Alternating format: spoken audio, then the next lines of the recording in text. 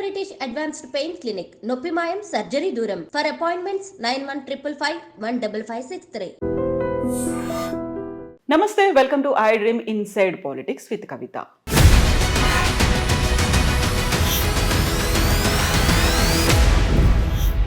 కొడంగల్ నియోజకవర్గం లగచెర్లలో ఫార్మా కంపెనీని వ్యతిరేకిస్తూ అక్కడున్నటువంటి స్థానికులు, మహిళలు, రైతులు ఆందోళన చేపట్టారు.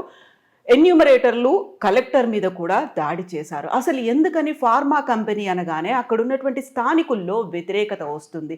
ఇదంతా కాకుండా కేవలం రాజకీయ ప్రోద్బలంతోనే జరిగిందంటూ అరెస్టులు, ఆందోళనలు, ఫిర్యాదులు ఎందుకని వస్తున్నాయి? యాక్చువల్గా అక్కడ జరిగినటువంటి సంఘటనని ఎందుకని ఇప్పటికీ పట్టించుకోవట్లేదు? మనతో పాటుగా ఉన్నారు foundation for democratic reforms founder doctor Jayaprakash Narayana గారు. సార్ నమస్తే. నమస్తే కవిత. సార్, ఎక్కడైనా ఫార్మా కంపెనీ పెడుతున్నారు అంటే దాన్ని అభివృద్ధిగా చూడాలా, లేకుంటే అక్కడ ప్రజల్లో వ్యతిరేకత వస్తుంది, పర్యావరణం దృష్ట్యా చూడాలంటారా? కవిత, ఫార్మాయే కాదు, ఒకప్పుడు పారిశ్రామికీకరణ మరొకటో కావాలని జనం కోరుకునేవాళ్ళు. ఆనాడు భూసేకరణ చేసినప్పుడు నిజంగా ప్రజలకు అన్యాయం చేశాం మనం. నేను విశాఖ స్టీల్ ప్రాజెక్ట్ భూసేకరణ నేను చేశాను స్పెషల్ ఆఫీసర్గా. 1100 రూపాయలు ఎకరాకి ఇచ్చింది అన్నాడు. ఏ ఇయర్ సార్ ఇది? 1984-85లో 1100 రూపాయలు. అది పల్ల భూమి అయితే 2200 రూపాయలు. 85లో భూసేకరణ చట్టంలో కొన్ని మార్పులు వస్తే రాజీవ్ గాంధీ ప్రధానమంత్రిగా ఉండగా దాన్ని రకరకాలుగా ఉపయోగించుకుని నేను విన్యాసాలు చేసి ఆ రోజుల్లో ఒక 50 కోట్లు అదనంగా నేను రైతులకి కాంపెన్సేషన్ కోసం గట్టిగా ప్రయత్నం చేసి విజయం సాధించాను. అది గొప్ప రికార్డు దేశ చరిత్రలో. 50 కోట్ల రూపాయలు అదనంగా భూసేకరణకి ఇవ్వటం అన్నది. ఆనాడేమో రైతులకు అన్యాయం భయంకరంగా జరిగేది. ఇప్పుడు ఏమైందంటే అసలు భూమిని సేకరించడమే అసాధ్యమైపోతుంది. భూమి సేకరణకి ప్రజలు చాలా వ్యతిరేకంగా ఉన్నారు. ఎందుకని? భూమి సేకరించినప్పుడు ఎవరి భూమి పోతుందో వాళ్ళు నష్టపోతున్నారు. టైంకి పరిహారం అందట్లేదు. మార్కెట్ రేట్ కంటే ఎక్కువ ఇస్తామని చెప్తున్నా కూడా మార్కెట్లో అధికారికంగా చెప్పే రేటు వేరు, మార్కెట్లో ప్రివేల్ అవుతున్న రేటు వేరు. లంచాలు బోల్డంత ఉన్నాయి మళ్ళీ దీనిలో, ఆలస్యం కావడం కాకుండా. కాబట్టి భూసేకరణ జరిగితే మాకు న్యాయం జరుగుతుందన్న విశ్వాసం రైతులకు లేదు. భూమిని కోల్పోకుండా ఉన్న వాళ్ళకి ఏమవుతుంది? ఔటర్ రింగ్ రోడ్ ఉందనుకోండి, లేకపోతే పరిశ్రమ ఉందనుకోండి, పట్టణీకరణ నేషనల్ హైవే మరొకటి ఉందనుకోండి, భూమి కోల్పోయిన వాడేమో భూమిని కోల్పోతున్నాడు. పెరిగే విలువ ఉన్నటువంటి ఆస్తికి తరిగే విలువ ఉన్న డబ్బు ఎప్పుడు పరిహారం కాజాడదు. ఆస్తి విలువ పెరిగిపోతుంది, ఎప్పుడు డబ్బు విలువ తగ్గిపోతుంది. ఎప్పుడైతే డబ్బుతో ఆస్తిని మనం కొనే ప్రయత్నం చేసాం, దానిలో ఇంత గందరగోళము, ఇంత ఆలస్యము, ఇంత అవినీతి, ఇంత పక్షపాతం, ఇవన్నీ రోజు మనకు తెలుసు పరిపాలన ఉందో. దాంతో ఏమవుతుంది? రైతులకి కోల్పోయిన వాడేమో నష్టపోయాలన్న భావం కలుగుతుంది. భూమి కోల్పోకుండా నిలుపుకున్నవాడు అక్కడ వచ్చేటువంటి అభివృద్ధి వల్ల లాభం ఆయనకు కలుగుతుంది. 100 రెట్లు ఆస్తి విలువ పెరుగుతుంది, ఆయనకు లాభం వస్తుంది. ముందు దీన్ని ఎదుర్కోవాలి. ఫార్మా సంగతి తర్వాత వస్తాను నేను. ఇరిగేషన్లో ఇది కొంచెం కష్టం. ఎందుకంటే ఇరిగేషన్లో పెద్ద ఎత్తున భూసేకరణ కావాలి. ప్రాజెక్టు ముంపు భూమికి వాళ్ళకి ప్రత్యామ్నాయం చూపెట్టడం అంత తేలిక కాదు. కానీ మిగతా రంగాల్లో పట్టణీకరణ కానీ, మౌలిక సదుపాయాలు కానీ, పారిశ్రామికీకరణ జరిగినప్పుడు 100 రెట్లు భూమి విలువ పెరుగుతున్నప్పుడు చాలా తేలిగ్గా పరిష్కారం చేయొచ్చు. బలవంతంగా చట్టం ప్రకారం భూసేకరణ చేయడం కాకుండా వాళ్ళని ఒప్పించి ల్యాండ్ పూలింగ్ చేసి భూమిలో జరిగే అభివృద్ధిలో వాళ్ళని వాటా ఇవ్వండి. వాళ్ళకి స్టేక్ హోల్డర్స్ చేయండి. ఉదాహరణకి 1 ఎకరం కావాలంటే 2 ఎకరాలు మనం సేకరించామనుకోండి. 2 ఎకరాలు సేకరించిన తర్వాత ఎకరం భూమి, నేను చెప్పేది అగ్రిగేట్గా, ఆ భూమిని ఉపయోగించుకుని ఇంకో ఎకరాన్ని అభివృద్ధి చెందిన తర్వాత వాళ్ళకి కేటాయించామనుకోండి. మళ్ళీ తిరిగి ఎవరు భూమిని కోల్పోయారో ఎకరాకి 2 ఎకరాలు ఇచ్చినట్టయితే 1 ఎకరం తిరిగి వెళ్తుంది. వాళ్ళకి పెట్టామనుకోండి. ఈ లోపల ల్యాండ్ వాల్యూస్ చాలా రెట్లు పెరుగుతాయి. అందరికీ అది అర్థమవుతుంది. కాబట్టి భూమి పోయినా కూడా తృప్తి ఉంటుంది, నాకు మళ్ళీ మంచి విలువ ఉన్న భూమి వచ్చిందని. అందుకనే మీకు ఆంధ్రప్రదేశ్లో అమరావతిలో కొన్ని వేల ఎకరాలను సేకరించినప్పుడు రైతులంతా ముందుకు వచ్చారు. ఎందుకని? పని ఇవాళ 4 లక్షలు 5 లక్షలు భూమి విలువ ఉన్నా కూడా రేపొద్దున కోట్ల రూపాయలు చేసేటువంటి ఆస్తి మాకు వస్తుంది అని చెప్పని ఆ ల్యాండ్ పూలింగ్ బలవంతంగా సేకరించటము, మరి బలం ఉన్నవాడిది వదిలేయటము, అలైన్మెంట్ మార్చి బలం లేని వాడిది సేకరించడము, సేకరించిన తర్వాత వాడికి ఏం ప్రత్యేకంగా భవిష్యత్తుని తెలియకపోవటము, కొంత డబ్బులు వచ్చినా కూడా డబ్బులు వాళ్ళు ఖర్చు అయిపోతాయి, ఏం చేయాలో కూడా తెలియదు. ఇలా ఉన్నంతకాలం ఈ సమస్యలు పెరుగుతుంటాయి. కాబట్టి మనం ఉన్న కొద్దికి బలవంతపు సేకరణ, నిర్బంధ సేకరణ కాకుండా ల్యాండ్ పూలింగ్ సిస్టమ్ ద్వారా పెరిగే విలువ ఉన్నటువంటి భూమిలో వాటా వచ్చేట్టుగా ఏర్పాటు చేస్తే భూసేకరణ సులభం అవుతుంది. ఆ పద్ధతి మార్చాలి, విశ్వసనీయత ఉండాలి. ఇవాళ ప్రభుత్వ యంత్రాంగం మీద నమ్మకం చాలా తక్కువ చాలా మందికి. ఎందుకంటే టైంకి డబ్బులు రావు, ఇచ్చే కాస్త డబ్బులు కూడా లంచాలు లేకుండా డబ్బులు ఇవ్వరు, రకరకాలుగా జాప్యాలు చేస్తారు. ఇవన్నీ పోయి విశ్వసనీయమైనటువంటి భూసేకరణ కావాలి. ఇక రెండోది, ప్రత్యేకంగా ఫార్మా సెక్టర్లో కొన్ని సమస్యలు ఉన్నాయి. మనం గతంలో పటాన్చెరు చూసాం, మీకు గుర్తుందో లేదు, 15-20 ఏళ్ల క్రితం కూడా రోజు చర్చ అదే. అక్కడ ఫార్మా సెక్టర్, హైదరాబాదు ఐడిపిఎల్ ఇక్కడ ఉండటం చేత ఫార్మా ఇండస్ట్రీ ఇక్కడ పెద్ద ఎత్తున వచ్చింది ఈ దేశంలో. కానీ ఈ ఇంటీరియర్లో ఉన్నటువంటి భూమి ఫార్మా ఇండస్ట్రీకి అంత అనుకూలమైనది కాదు. ఎందుకంటే ఎఫ్లూయెంట్ ఉంటుంది.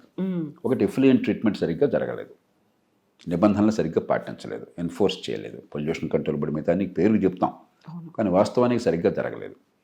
దాంతో భూగర్భ జలం కలుషితం కావటం, లేకపోతే మరి ఎయిర్ పొల్యూషన్ వచ్చేసి మనకి జబ్బులు రావటం, ఇవన్నీ చాలా సందర్భాల్లో మనం చూసాం. మరి కెమికల్ ఇండస్ట్రీ ఉదాహరణకి మరీ భయంకరమైనది మీరు చూస్తే, భోపాల్ గ్యాస్ ట్రాజడీ మనందరికీ తెలుసు. మిథైల్ ఐసోసైనేట్ వల్ల కొన్ని వందల మంది మరణించారు, కొన్ని వేల మంది మరి జీవితాలన్నీ నాశనం అయిపోయినాయి. అది ఉన్నప్పుడు భయం సహజం. దానికి పద్ధతులు ఉన్నాయి, ఇప్పుడు కూడా ఎన్ఫోర్స్మెంట్ సరిగ్గా చేయడానికి పద్ధతులు ఉన్నాయి. ప్రజల్లో విశ్వాసాన్ని కలిగించి ఏర్పాటు చేయాలి, సరైన స్థలంలో ఏర్పాటు చేయాలి.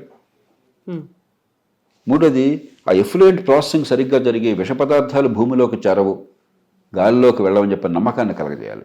మన దేశంలో గత అనుభవం ప్రకారం ఆ నమ్మకం పెద్దగా లేదు.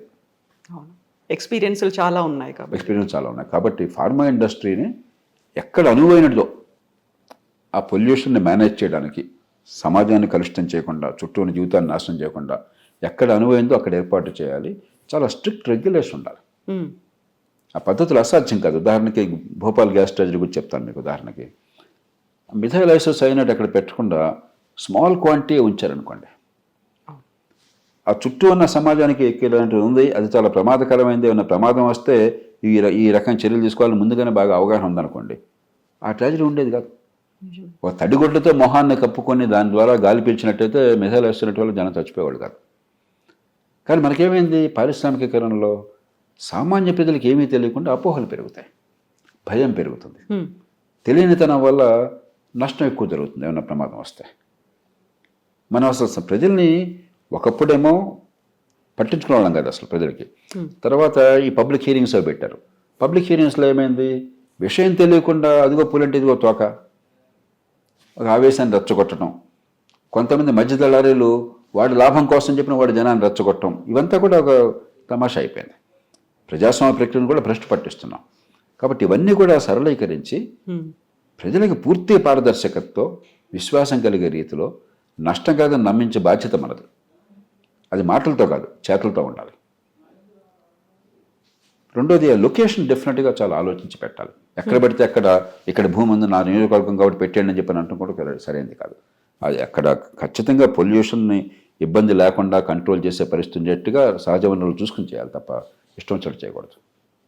సార్, అక్కడ బోల్డ్ అని అపోహలు ఉన్నాయి, అనుమానాలు ఉన్నాయి అన్నప్పుడు సరైనటువంటి అవగాహన కల్పించడం ఎంత ముఖ్యమో, ఆ ప్రాంతం వల్ల లేకుంటే అక్కడ వచ్చినటువంటి కంపెనీ వల్ల ఆ ప్రాంత వాసులకి ఎలాంటి సమస్య ఉండదు అని చెప్పగలిగేటువంటి మెకానిజం అన్నారు కదా మీరు. ఇది ప్రతిసారి అది వయలేట్ అవుతోంది, లేకుంటే దానికి ఒక ప్రాపర్ విజిలెన్స్ అనేది లేదు అంటే ఆ రెస్పాన్సిబిలిటీ తీసుకోవాల్సింది ఎవరు సార్? మనకేమవుతుందంటే కవిత, కాగితం మీదేమో చట్టాలు అందంగా పెట్టుకుంటున్నాం. ఈ పబ్లిక్ హీరింగ్స్కి వచ్చి చట్టంలో పెట్టినప్పుడు సంతోషించిన వాళ్ళని అవ్వకండి. కరెక్ట్గా సంవత్సరం గుర్తులేదు నాకు, ఒక 25-30 ఏళ్ల క్రితం పెట్టాం. అప్పటిదాకా పబ్లిక్ హీరింగ్స్ ఉండేవి కాదు. భూసేకరణ చేస్తున్నప్పుడు ఎన్వైరన్మెంట్ ఇంపాక్ట్ అసెస్మెంట్ అది ఏదో పొల్యూషన్ కంట్రోల్ బోర్డు వాళ్ళు చూసుకునేవాళ్ళు, అంతేగాని పబ్లిక్కి సంబంధం ఉండేది కాదు. ఆ తర్వాత చట్టంలోనే పెట్టాం. కానీ మొక్కుబడిగా చేయటం వల్ల ఒకటి, రెండు, రాజకీయం అనేది చాలా వికృతంగా పనిచేయడం వల్ల మరొకటి.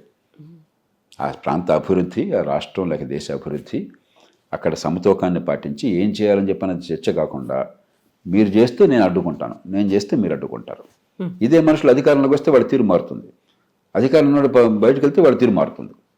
అంటే దీనిలో అసలు వాస్తవాలతో సంబంధం లేకుండా ప్రజల్ని రెచ్చగొట్టడము. కొందరు మధ్య దళారులు కూడా చేరారు ఈ మధ్యకాలంలో, రకరకాల స్వచ్ఛంద సంస్థల పేరుతోనో మరో పేరుతోనో. వాళ్ళంతా కూడా న్యూసెన్స్ వాల్యూ, ఇదిగో మీరు గొడవ నాకు డబ్బులు ఇవ్వకపోతే నేను గొడవ చేస్తాను అక్కడ జనానంతా రెచ్చగొడతానని చెప్పని ఇలా రకరకాలు ఒకటి కాదు. అంటే ప్రభుత్వ యంత్రాంగానికి ప్రజలకి మధ్య అడ్డుగోడ వచ్చేసింది, నమ్మకం తగ్గిపోయింది ఏ పార్టీ ఉన్నా కూడా. ఆ నమ్మకాన్ని మళ్ళీ పునరుద్ధరించాలి.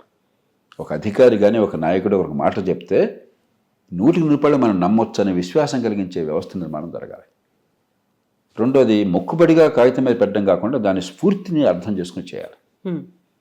మూడోది కొన్ని నిర్ణయాలు స్థానికంగా జరుగుతాయి, కొన్ని నిర్ణయాలు స్థానికంగా వాళ్ళకి ఇష్టం ఉన్నా లేకపోయినా కూడా దేశ ప్రజల రీత్యా నిర్ణయం అవుతాయి. ప్రజలకి అసౌకర్యం లేనంత వరకు, నష్టం లేనంత వరకు ప్రజలు కాదంటారని చెప్పిన కొన్ని ఆపేయలేం మనం. కుడంకులం ప్రాజెక్ట్ ఉన్నది, న్యూక్లియర్ పవర్ ఈ దేశానికి చాలా అవసరం. లేకపోతే మరో ప్రాజెక్ట్ ఉన్నది, ఏ కారణం లేకుండా ప్రజలు కొన్ని సందర్భాల్లో గొడవ పెడతారు అపోహల వల్ల.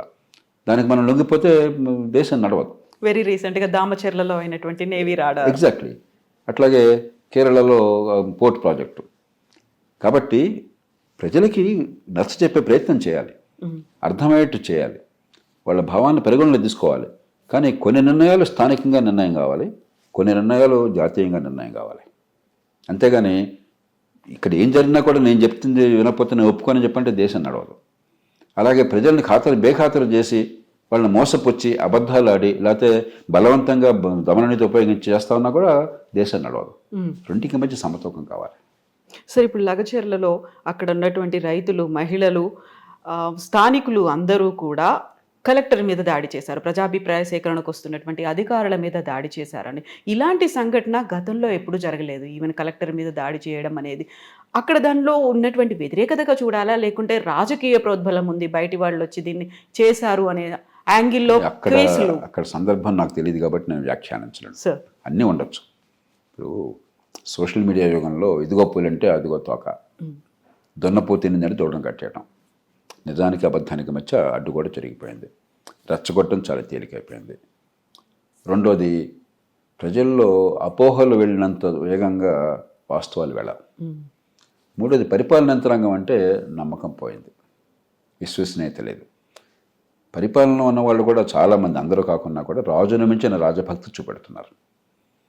కాబట్టి వీళ్ళు మన కోసం లేరు, మన ప్రయోజనాల కోసం లేరు, కేవలం ఏలిన వాళ్ళ కోసం ఉన్నారన్న భావం కలిగినప్పుడు ముందు ద్వేషభావంతో వస్తున్నారు, అపనమ్మకంతో వస్తున్నారు.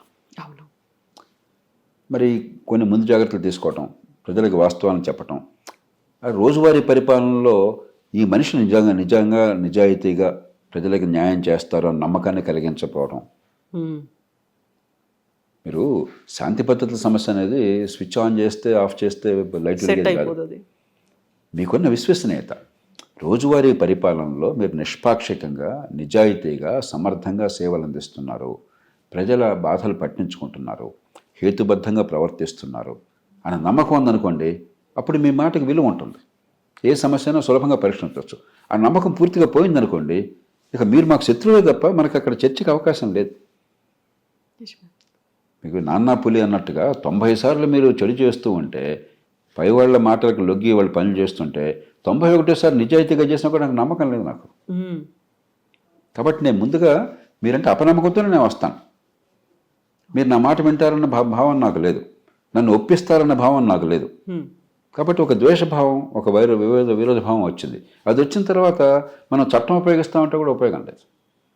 దురదృష్టవశాత్తు దానికి కొన్ని సందర్భాల్లో అధికారులు బలవుతారు.